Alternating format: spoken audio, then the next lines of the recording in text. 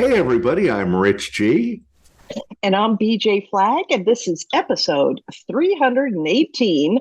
Why busy doesn't mean productive. Folks, please, let's get this going, Rich. Peak productivity. We hear that all the time, don't we? I have Oh my peak God, yeah. productivity. My Oh people have yeah. peak productivity. Our company has peak productivity. We're That's the really doing holy great. grail for business owners and entrepreneurs. When you think of peak productivity, what often comes to mind for me is this superhuman ability to complete endless to-do lists, answer every email, and never miss a deadline. That person who says they do all these things. But what it really means is to be at what does it really mean to be at the pinnacle of productivity? I doubt it's that. Rich. Yeah, the truth is, genuine peak productivity isn't about getting everything done. It's about getting what matters done and having the wisdom to stop there. In this high speed, always connected world, productivity is often equated with busyness. And we hear it, when you talk to me, oh, I'm so busy. I'm so busy. I'm busy, busy, busy. And Yeah.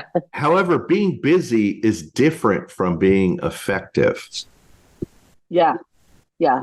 And I think that the biggest thing that you want to concentrate on is having that accomplishment.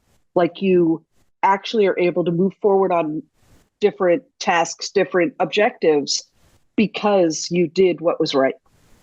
Yeah. So I think that's good. And what is peak productivity? Thank you for asking, Rich. I would say peak productivity is the state of flow. You hear people talking about this all the time, the state of flow where you're not just doing things right, but you're doing the right things. It's balanced state of optimized performance and well-being, where the actions align with your goals, values, and the highest priorities. You're not just overwhelmed with meaningless tasks, but rather you're investing in duties that contribute to your largest objectives and vision. Wow. So I know that's that's a what lot. we're, That's a lot, but I kind of felt like I needed to separate it from busy work. yeah, Sorry to that's say. true. So let's talk about today. We've got 6 action steps. Our first one is identify your highest priorities. And this is where peak productivity and busyness split. Take some time to identify what really matters to you and what really matters to your business, your team. Write down your top 3 to 5 priorities and focus on them. These will serve as your compass, helping you navigate the sea of responsibilities that often come your way. And really, number 2, I know this should really be Rich talking right this second, but use the Eisenhower matrix.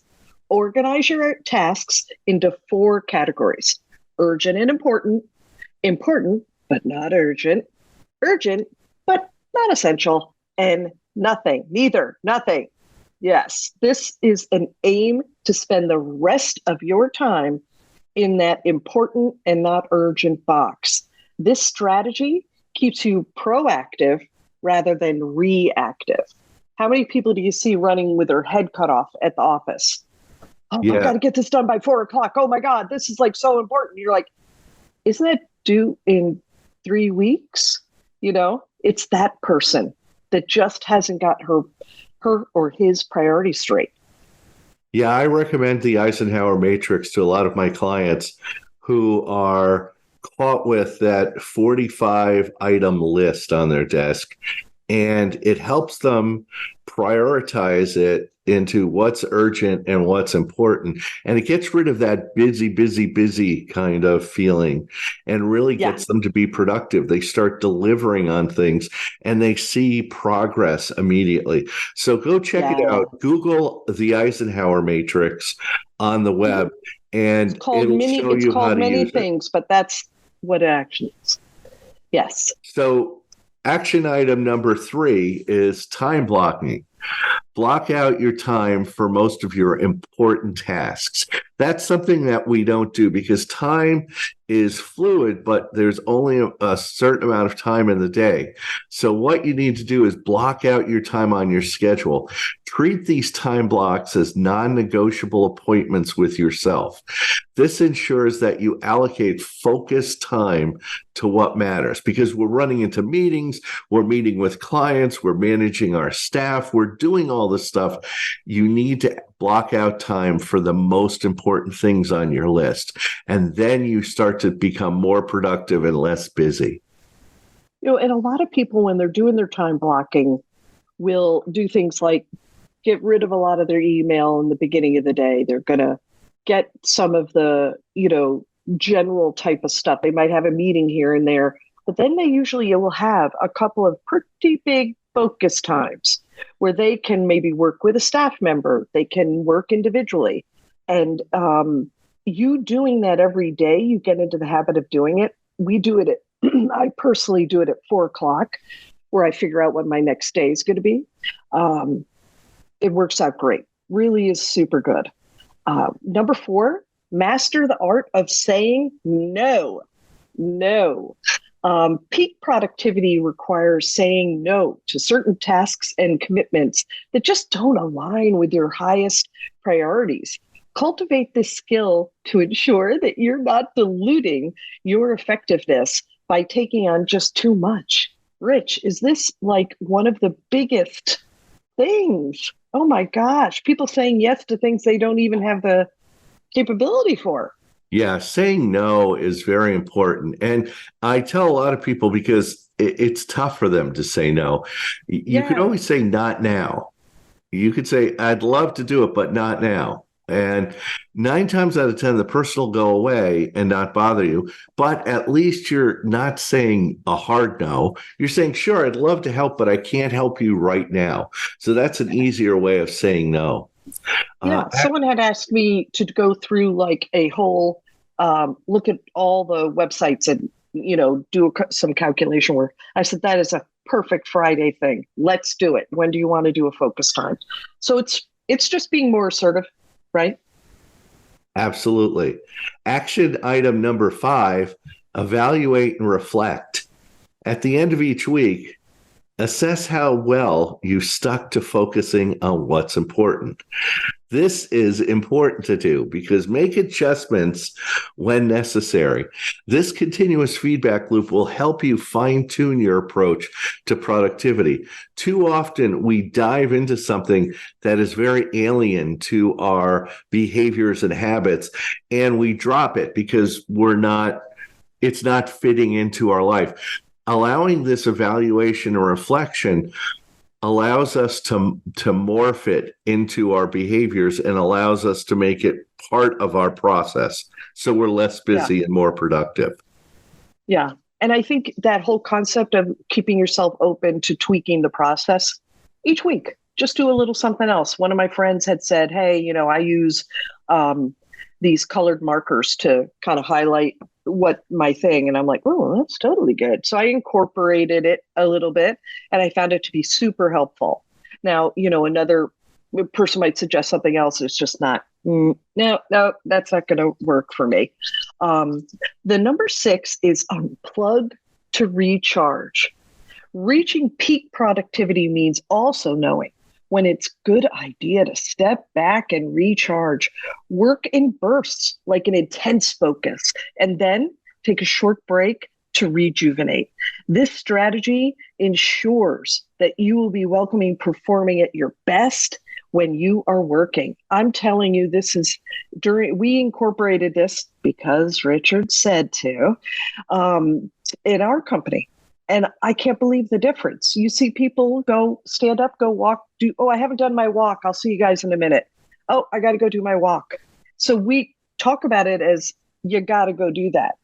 It's made such a difference in our company. So thank you, Rich. We appreciate you. Well, our resource this week is great one that I recommend to many of my clients. It's called the Bullet Journal Method. Track the past, order the present, and design the future by Ryder Carroll. So it's the bullet journal. And you probably heard about people talking about the bullet journal. Well, the first thing is you track the past. You use your bullet journal to record your thoughts, ideas, and events.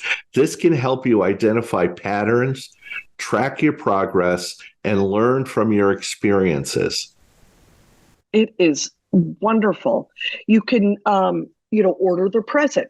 Use your bullet journal to create a daily to-do list and to track your progress on those tasks and projects. This can help you stay so focused and organized and avoid feeling overwhelmed. That's one thing we didn't talk about. Avoid feeling overwhelmed.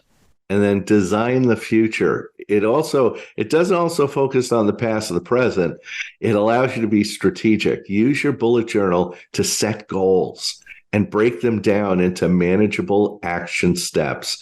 This can help you create a plan for achieving your goals and to track your progress along the way.